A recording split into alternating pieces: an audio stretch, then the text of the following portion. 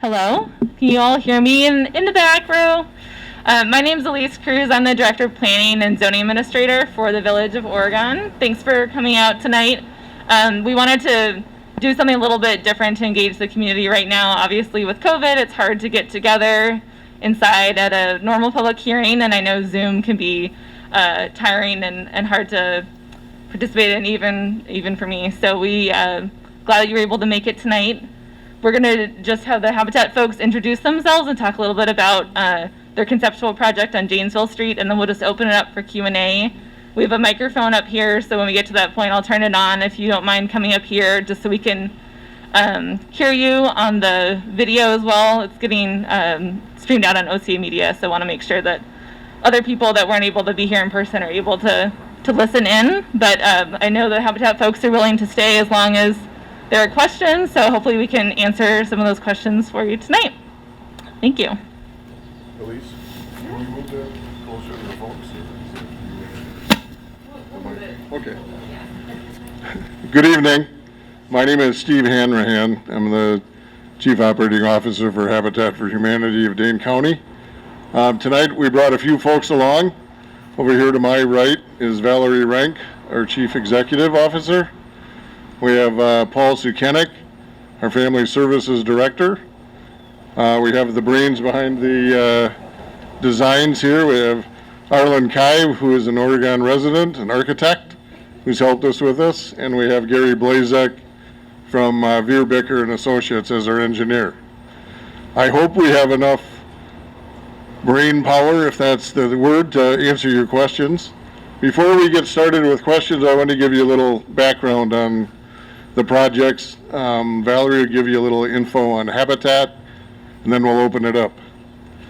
Seem to be fogging up my glasses here, yelling through my mask. Sorry about that. This project is a little different than how we normally operate. We normally see land or lots available. We know what we can build on them. We purchase them, and then we go through the process of meeting with the community and getting some input and whatever. This project came a little bit different angle. And so we were asked by the city or the village to submit a conceptual plan. We did that. We did a couple of them. And they asked us then to meet with the village board, which we did. And now we're meeting with you folks. I need you to all understand that this is all preliminary. There's been no approvals of anything. In fact, we don't even own the property yet. We haven't even made the decision to purchase it. However, it does seem to meet the needs of Habitat. We like the plan. It's workable. Economically, I think we can make it work, and therefore we're excited about it. We've been in Oregon before. There's a development over here that we have some duplexes in. If you want to get a look at those, I don't remember the street. Do you? Duns? Yeah. If you look at those, that's similar to what we're talking about. I think I'm going to let Valerie then explain Habitat, and then if you have other questions about the development, we can talk about that. So, Val?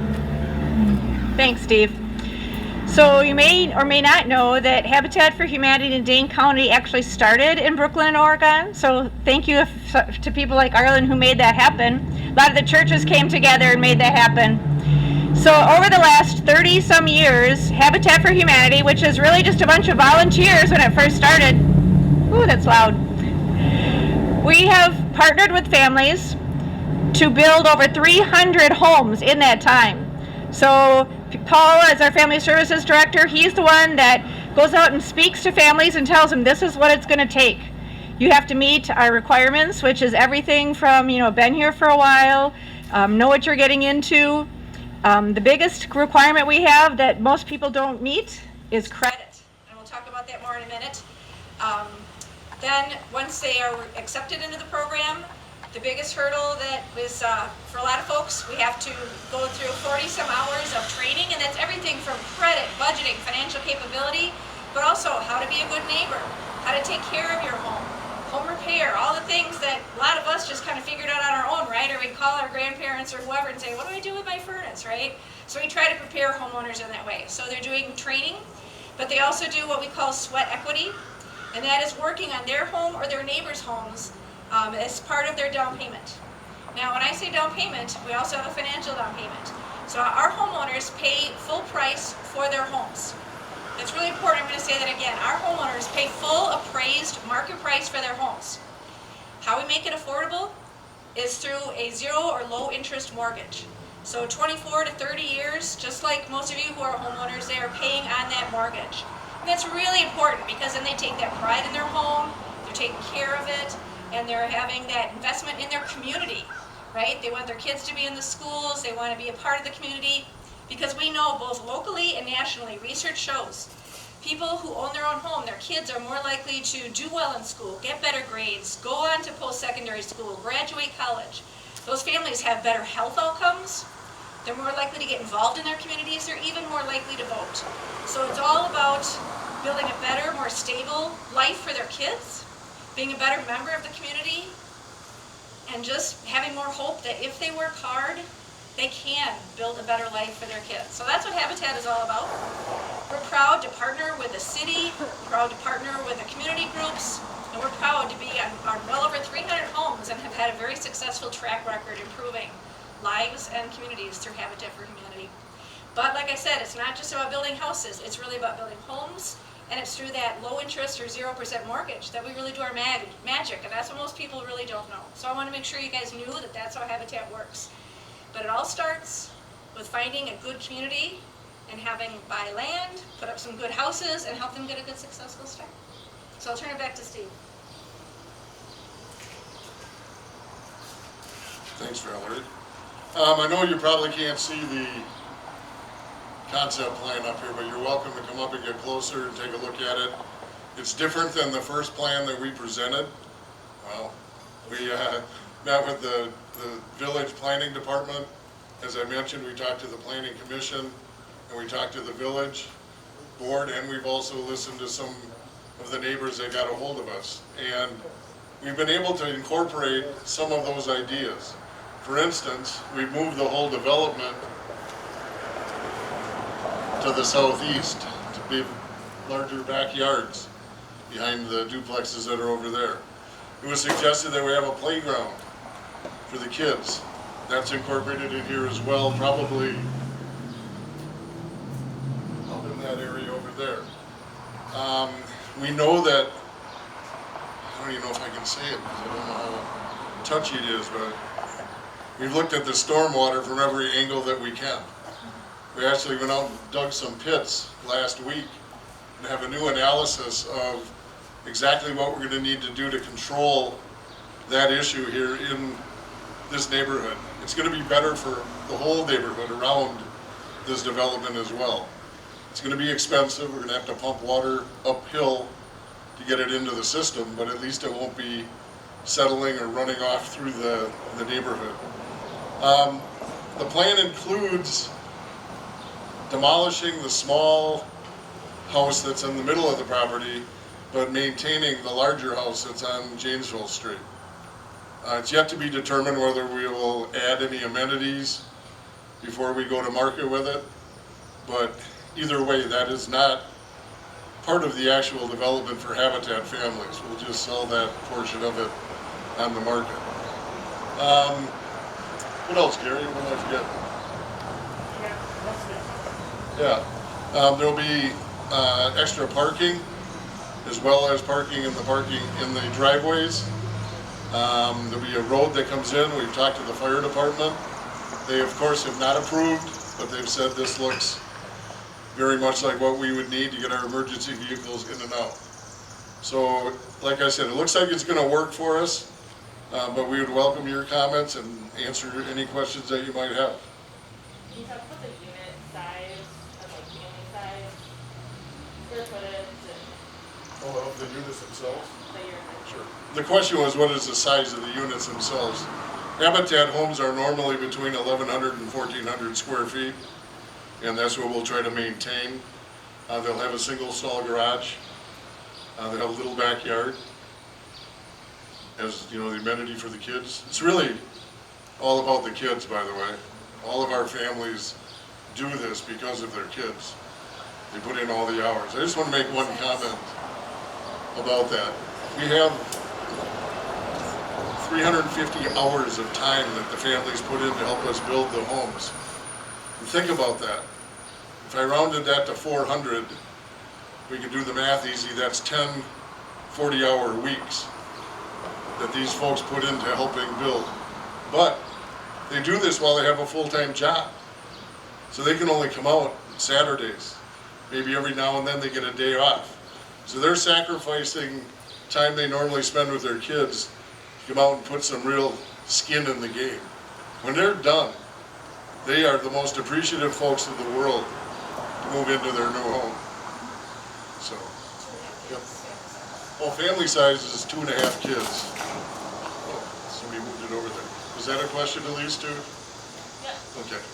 That's the average that over the last, how many? Over 4 years. The last 4 years.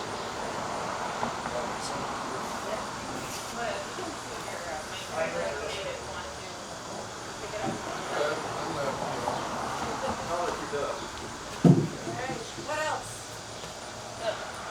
If you have any questions, if you want to come up to the mic, I'll turn this on. Turn the volume on.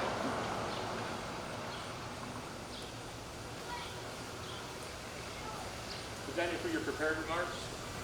Yes. Yeah, so question time, whatever you got. That's not going to stay on that thing. We should probably. Kind of wedged it right there, it won't blow away. All right, let's see. Good. A little close to the microphone, see if it's on. Okay. All right. Well, JJ Andrews, I'm the next door neighbor. I've met you via Zoom, Zoom a couple times. I'm doing well. First off, I want to say this is a substantial improvement from what I first saw, so I want to make sure to throw out that compliment. All right, because I have been critical, and I want to make sure to throw out the compliment. I like it. I like the initial design. And a couple of questions I have. First off, I want to compliment the setbacks, is one of the big things with the previous design. It was with how small those backyards would have been on those 3 houses along my fence line. And then I've got, and if you're seeing, I've got 2 small kids. And I'm lucky, I've got it's only, think of fish like it's a quarter acre, it's a standard size lot. Yeah, it's not counting. So you see my backyard. And so, This is the lot line right here? yeah. And so, from the proposal from almost 2 months ago, it was much, much closer. And it wasn't just about me. I got a driveway separate. I'm like, where would their kids play? So I just want to make sure to compliment that. A quick question. JJ, could I comment just for a second? Sure. A lot of this is thanks to the planning department because they allowed us to move the road a little closer to that existing house. Okay. And so, everybody working together is the only way this is going to work. So. Now, I was wondering to talk about the park or something for the kids to play on. Is that in the mix, or is that still being, where would that appear on this picture? All right, that's nice. Because that area, especially if you're able to preserve as many trees as possible, that'll be beautiful for kids to play. Yeah, I'm Gary Blonzo with Gearbecker. We met. Yeah. And we took your comments to heart here. So yeah, we're looking at a small tot lot or something for the kids in here, and it would be most likely towards the back, away from Janesville Street, probably close to your property. We're also got the stormwater towards the back too. We know that that's a big issue back there too. And being back there myself, I know there's a lot of nice trees we'd like to save whatever we can. All right, now here's a big question I have, and this will probably be unpopular with people who are from Oregon. I've only been here 10 years. I'm actually concerned about you keeping that old house. And the reason why, to me, it's going to look out of character. Because we've got the big apartment complex, and then you have that 120-year-old house there from the old Bible camp. Then you have this beautiful new complex you built, and then you got my 120-year-old house right next to it. And to me, I'm wondering why you're keeping the big house instead of potentially demolishing it and building another nice 2-unit duplex, you know what I mean? And you just kind of have that smooth transition. So that's a big question I have. JD, that's a great question. We looked at the house first to determine whether or not we could put a Habitat family in it. And the bottom line of that is it's too big. We can't provide that kind of a a home. Then we looked at it structurally, and it's in pretty good shape for a house that old. So we would like to repurpose it and reuse it. And that's the main reason why we'd like to sell it. Yeah. I forgot to mention one thing as well. As most of you know, there's a few historical markers, structures, if you will, on the premise. We are more than happy to work with the Historical Society to figure out a way to carry on the Bible camp tradition that started here. We're open to suggestions. We have not made any decisions, obviously, but we certainly would be willing to talk about that. I'm sorry I forgot to mention that. Do you have other questions, JJ? I guess my last one would be traffic, because Carolyn, who's the person who lived in that cottage you demolished, and she's a retiree, lived there for 15 years. Right. So in essence, where the road is her old driveway. Granted, it's going to be wider. So for 15 years, it's going to just been like a single person, a retiree, using that. Now it's going to be 10 families using it. And we're right across from Wisco Industries. We got the Terry Parkway intersection, one more block down, right next to that. It gets, and it gets hairy, and the village is working on that. So I guess that's one of the things taking a look at.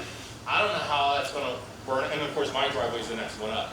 And I'm just kind of like, how's that all going to work out? I mean, is it going to be like a back way out? Or, so that's a concern also, because PD does a great job trying, but people don't drive 25 down my street, all right?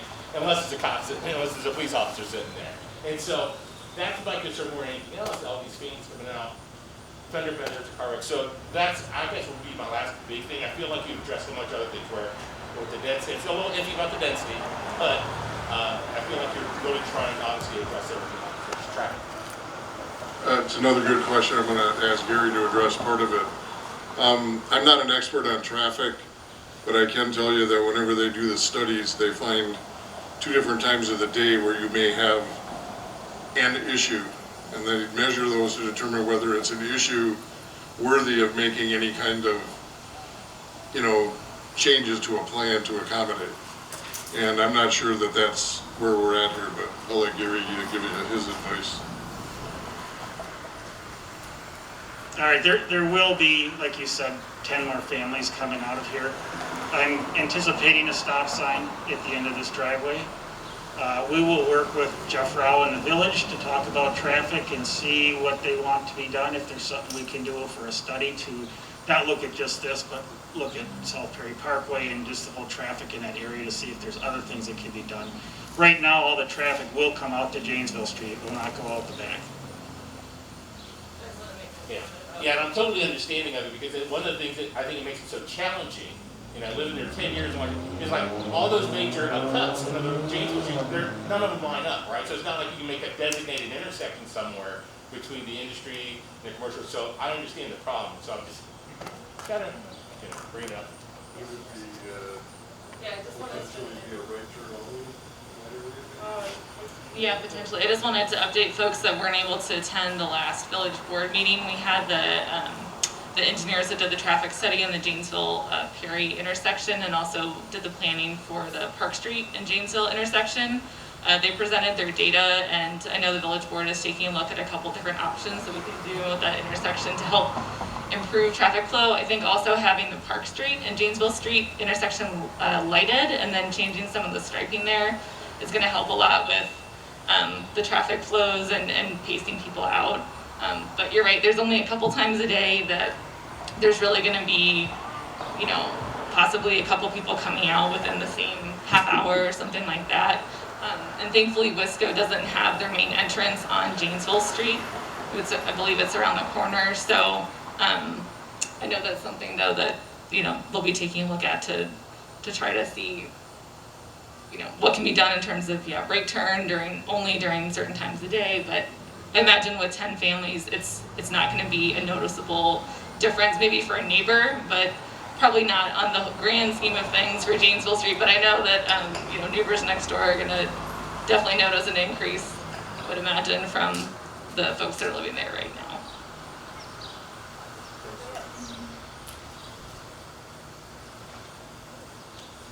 any other questions. Otherwise, we can always turn off the microphones, and if you want to come up and maybe ask something not in front of the group in the microphone, I'm sure they'd be open to that as well. But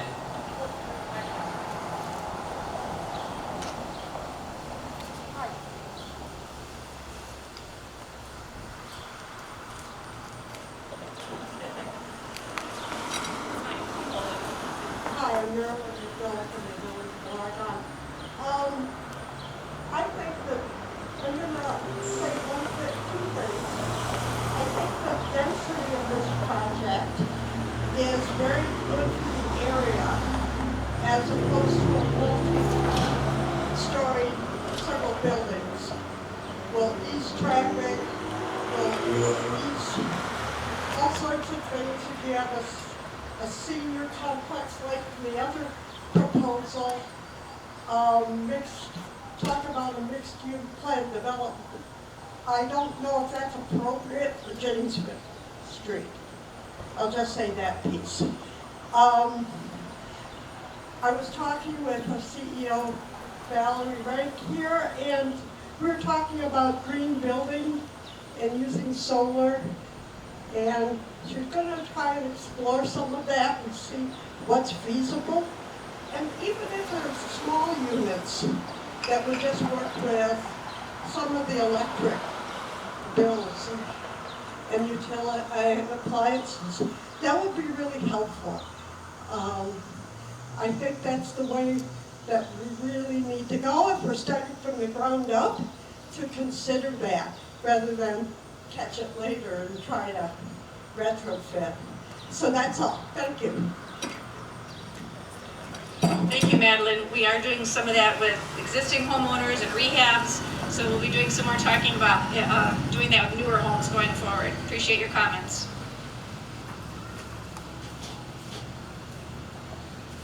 Anybody else have a general question for the group?